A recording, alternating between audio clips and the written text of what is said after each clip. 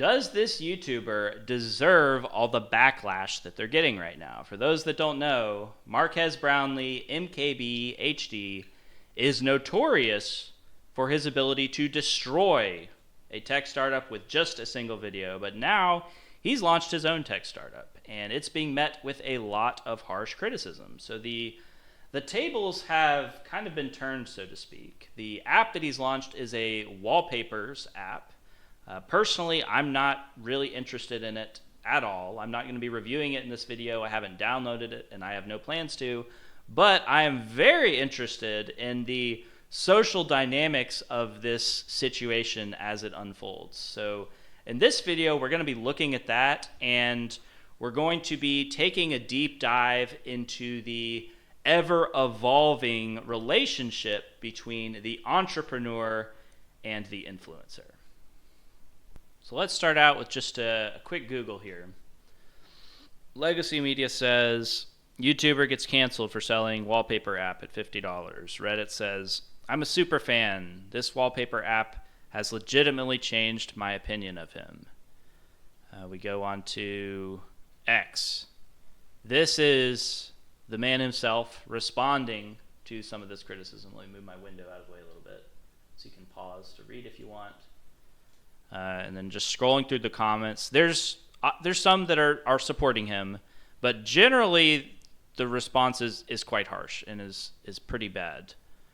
You were lucky. There's a guy named Marques Brownlee who's pretty harsh on these kinds of tech products. Don't send this app to him to review. Who's paying for wallpapers in 2024? Criticizing people's years of hard work is apparently okay until it's you. Building is greater than criticizing. Scrolling back up to the top comment here from Shad, he says, bro, your innovation that you brought to market was a wallpaper app. A wallpaper app, a wallpaper app, LMAO, a wallpaper app. And I do not like this comment at all. I think that what Shad is trying to do here is to minimize not only Marquez's innovation, but every innovation in this space. And especially as a new entrepreneur, like Marques, to my knowledge, is new to this. For him to start small with something like a wallpaper app, I think is great. That's a great place to start. And there is no space which cannot be innovated. There's nothing in this world which can't be improved upon. So I do not think we should be discouraging people from trying to innovate in the wallpaper app space. Even as somebody who never changes their wallpaper and who does not own a wallpaper app, I know there are people in this world that do value that, so we should not be discouraging any innovation no matter how small it is, especially for new entrepreneurs. I think that's incredibly toxic. Marquez's response is very much aligned with sort of what I just said. He says, dog, the target market for this is insanely small. Most people don't download a wallpaper app. This is for those who've been asking. If you're not into it, don't worry about it. And that is quite shocking for me to see. As much as I agree 100% with everything that he just said, for it to come from somebody who has built their channels and built their following with pretty clickbaity thumbnails that say dumbest product I've ever reviewed and worst product I've ever reviewed, like pretty offensive kind of attacks on other people's innovations, to then say when you get attacked, oh, if you're not into it, just don't worry about it. Like that's pretty hypocritical. And just to be clear, y'all, I'm not trying to say that Marques is malicious or anything. I really don't think he is. I don't think he's intentionally saying one thing and doing something else, or, having some sort of double standard. I just think that he is probably very conflicted through this, because what seems to have caught him off guard is that the perception of his audience changed dramatically overnight. From their perspective, he has stepped out of the bleachers and onto the playing field. Most people don't see a YouTube channel as a business. They just see it as some person that is sharing their idea online. where the reality is that it's both. So both of these videos here, we have the official launch video for the Rabbit R1 on the right, and then we have Marquez's review of the Rabbit R1 on the left. Both of these are businesses, and the only real difference is the amount of effort and the amount of skill, as well as the time that it takes in order to bring that idea to life. So in one of these is sharing a tangible idea, and the other one, the idea is the video itself is the product. So all I really see pragmatically is a person that has taken up a new hobby, a new side hustle, is exploring a new interest, and I think that's great. I don't see any issue with that. The major thing that has changed and really that has caused the backlash is fully a matter of his audience's perception.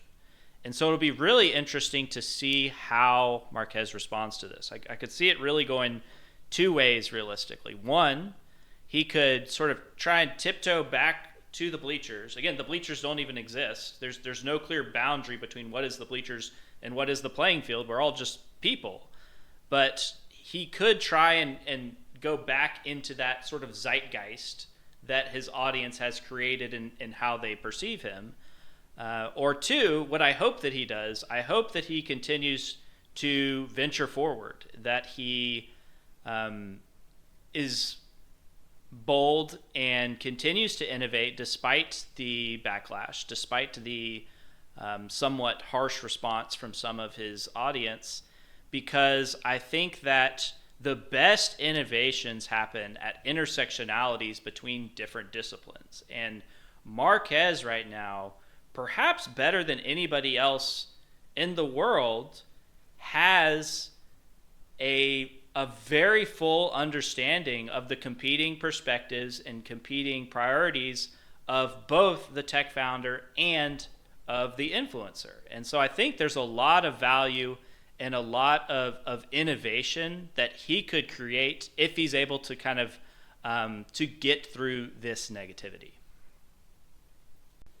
So going back to the original question, does MKBHD deserve the backlash that he's getting right now? My answer to that is a hard no, absolutely not. I really don't think he does deserve this backlash. And I also think that some of the companies that he's thrown under the bus didn't deserve it, but it's hard to hold that against him because you can't fully know or appreciate how difficult it is until you go through that process yourself. When it comes to something like a tech review, I really do think it's important to be as critical as possible. And of course, in addition to constructive criticism, you have destructive criticism. But once you start to say things like, oh, this is the worst product ever or the dumbest product ever, you're no longer thinking critically really at all. So you've gone away from destructive criticism to just being destructive, kind of for the sake of your own views and for the sake of clickbait. So I really hope that that as a decentralized media, we can move away from that norm of sensationalizing headlines that the legacy media has set, and that we can come up with more creative ways to engage people while maintaining the integrity of our content. Now, taking off my content creator hat and putting back on my tech founder hat, that integrity, of course, goes both ways. You can't just pay for endorsement and placement and advertising in the same way that you used to be able to. You need to find people that genuinely love what you're building and creates meaningful value in their lives. Even though we are more connected than ever, communities still and always will be built one person at a time.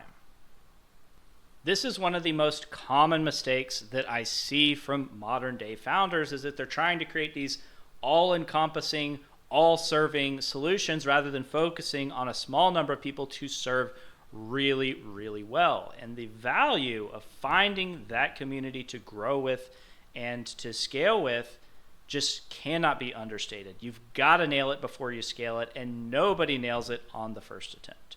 Like, even if Marquez put out a video tomorrow saying, oh, Caracorder makes the stupidest, worst, dumbest keyboards ever made, like, I think we'd be completely fine, honestly, because I know that that community would go to bat for us, and they would say, oh, well, you said it was uncomfortable, but for me, it cleared away all of my hand and wrist pain. Or you said that, it was impossible to learn, but I was able to learn it in a month. And also, you didn't talk about Caracorder Lite and Caracorder Engine and how the technology can be ported into any keyboard on the planet. And there's just so much depth and richness to that community that just goes beyond the surface level. And I think that any of that sensationalism and clickbait style of content, that it would just pierce right through that. And if you look at the new Reg CF legislation and just the global trend of decentralization, it's really exciting to consider that when I say a community member, I'm not just talking about users or customers. It's really anybody that wants to have skin in the game. Whereas historically, these type of like royalty structures or equity structures were only accessible to high profile, like celebrity athletes. Like thinking about the deal structure between the Jordan family and Nike, which was highly innovative and unprecedented at the time, but now you see that everywhere. So I think there's going to be a lot more creativity in the way that businesses are structured, in a way that they can pay it forward to those early backers in a more meaningful way, rather than just kind of a badge of honor saying, hey, I owned the first, edition or whatever. Last update for this video, ChorderCon's official date will be November 20th this year. It's going to happen in Dallas. We hope to see you there in person. Details regarding registration and what you can expect to see at that event will be coming soon on our Discord. This is week 38 of Caracorder updates every week until the whole world can type at the speed of thought. I'll catch you next time.